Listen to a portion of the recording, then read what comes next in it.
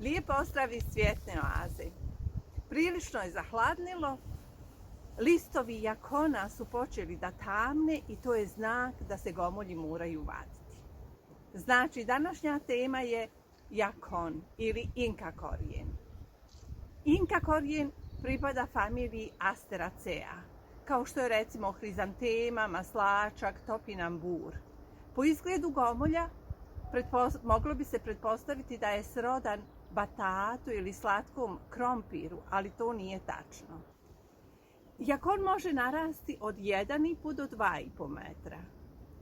Gomolji mogu čak do 25 cm biti dugi i široki 10 cm, a kora je otprilike od 1 do 2 mm široka. Kora može biti tamno siva, bijelkasta bež ili crvenkasta, a unutrašnjost može biti isto bijela, bež ili čak blago violetna.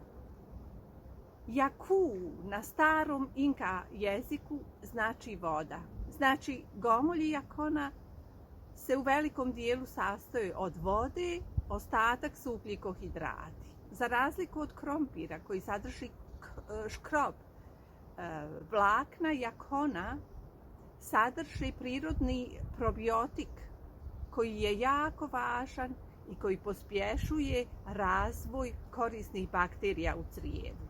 Znate za izreku smrt leži u stomaku, zato je biljka jakon jako važna u ishrani.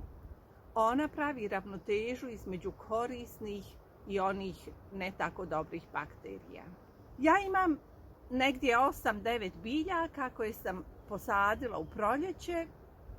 Ljeti su biljke rijetko zalijevane. Ja ne znam šta je ispod zemlje. Ja se nadam da će biti, bar ako ništa, da će biti rizumi za potomstvo, da ih mogu posaditi sljedeće godine. Gomolji jakona lako pucaju pri vađenju. Zato treba biti obziran. S obzirom da je zemlja kod nas sad jako mokra jer je kiša padala danima, morat ćemo pripaziti prilikom iskopavanja. Opet da napomenem, ne znam uopšte kakvi su rizumi, ima li rizuma, ali to ćemo sad zajedno pogledati. Pa da vidimo kakav je urod ako ga uopšte ima. Bez obzira kod koje biljke vadimo podzemni dio, prvo je preporučljivo da se nadzemni dio odstrani i onda je rad lakši. Tako da ću ja sad ove stabljike sve odrezati i onda ćemo krenuti sa kopanjem i vađenjem rizoma.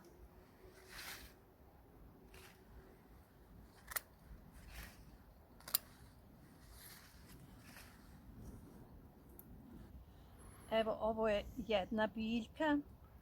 Gomolji nisu baš nešto veliki kao što bi trebali biti, ali za prvi put je to u redu. Ovo je druga biljka, ona puno bolje izgleda. Znači, ovo su gomolji koji se jedu, a ovo su rizumi za dalje razmnožavanje. Evo, ima tih rizuma više, tako da je za sljedeću godinu već obezbijeđeno potomstvo. Ovi gomolji su još nešto veći. Ovo već izgleda na jakon, onako kako bi biljka trebala biti. Naravno, ovi gomolji mogu biti još puno veći, ali mislim da je i ovo dobro. Vidim da ima jako puno rizoma za razmnožavanje, što me posebno raduje. Bitno mi je obezbijediti sljedeću godinu i već se radujem sljedećoj sezoni. Tad ću biljkama pripremiti malo bolju zemlju. Mi imamo u bašti jako dobru zemlju. Samo je sad jako vlažna, mokra i možda nije baš optimalna za jakon biljke. Ali bez obzira na to, s obzirom na sve, kako je biljka rasla, ja sam zadovoljna. Biljka jakon se kod naroda Južne Amerike koristi u svakodnevnici za ishranu. Ali njegova prava vrijednost je ta što se on koristi u medicinske svrhe. Dobar je kod oboljenja bubrega, jetre, probavnog trakta i dijabetesa.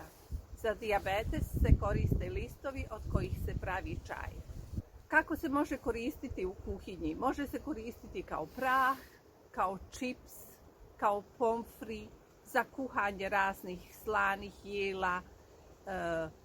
Od njega se prave marmelade, tako da je njegova upotreba zbilja svestrana. Što se tiče razmnožavanja, jakon se može razmnožavati samo na jedan način, koji nije karakterističan u odnosu na ostale biljke. Biljka cvjeta jako kasno i sjeme nema vremena da dozri prije zime. Zato sjetva ne dolazi u obzir.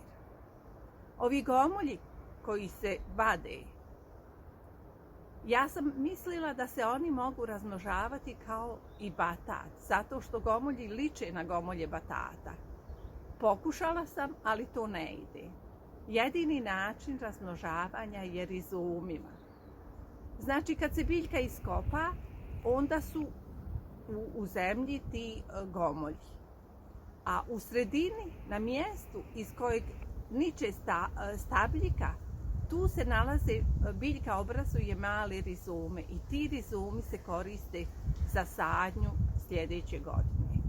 Sadi se u maju, naravno kad prestane mraz, kad nema više mraza, ali se može posaditi i u toplim prostorijama već u martu. Ja sam tu radila ove godine i tu nije bila baš dobra ideja. Zato što su biljke narasle već možda 40-50 cm, onda u toploj prostoriji se zimi ima onih mušica crnih, tako da je to bila borba. Na kraju sve je bilo u redu, ja sam ih posadila, ali ja ne preporučujem ranu, možda april, ali mart je ipak prerano. Kako ih skladištiti? Gomolje, kad se izvade, treba saprati, odstraniti zemlju, saprati, osušiti, da se ta vlaga naravno osuši i staviti u vlažan pijesak. Najbolje je da posebno stavite, ako ćete koristiti, da odvojite, a ako imate više tih biljaka, gomolja, možete staviti sve u vlažan pijesak i onda s vremenom po potrebi otkidati gomolje. Srednji dio, naravno, ostaće oni rizomi koji su za dalje razmnožavanje i oni stoje u pijesku do sljedećeg proljeća. S obzirom da jakon ima taj neki neutralan okus, niti je previše sladak, niti je previše kisel, on se može koristiti i za slatka i za slana jela. Može se koristiti u salati, može se jesti onako kao voće, može se praviti pomfri, marmelada, može se praviti čaj, sušiti, od njega se može praviti prah, znači može se praviti na mnogo različitih načina. Kad se gomolji izvade, oni imaju neutralan okus. Tek nakon par sati na svjetlosti oni dobivaju taj neki karakterističan slatkasti okus. Nakon što izvadimo gomolje, ti gomolji će prenoćiti i ja ću ih tek sutra probati. O tom će poslije biti jedan kratki video. Bez obzira kakav će moj dojam biti, mislim da svakom treba imati jakon biljku u svojoj bašti. Ako ništa drugo, zbog njegove ljekovite djelotvornosti. Evo, mi smo ove gomolje iskopali, oprali, već se počelo smrkavati i kao što se često dešava, neko u bašti reže. Ja se izvinjavam ako to nije baš najbolji. Gomolji nisu loši, ja sam prezadovoljna. Ovdje imam par sorti, te sorte sam i kupila, ali znate kad kupujete nikad ne znate tačno kakav će na kraju biti rezultat. Ima dosta rizoma, tako da je potomstvo za sljedeću godinu osigurano. Ja se nadam da će sljedeća godina biti još bolja, pa sljedeći izvještaj o jakonu biljci slijedi. I to sljedeće godine u vrijeme sadnje. I to je bilo sve za danas. Lijep pozdrav iz Cvjetne oaze.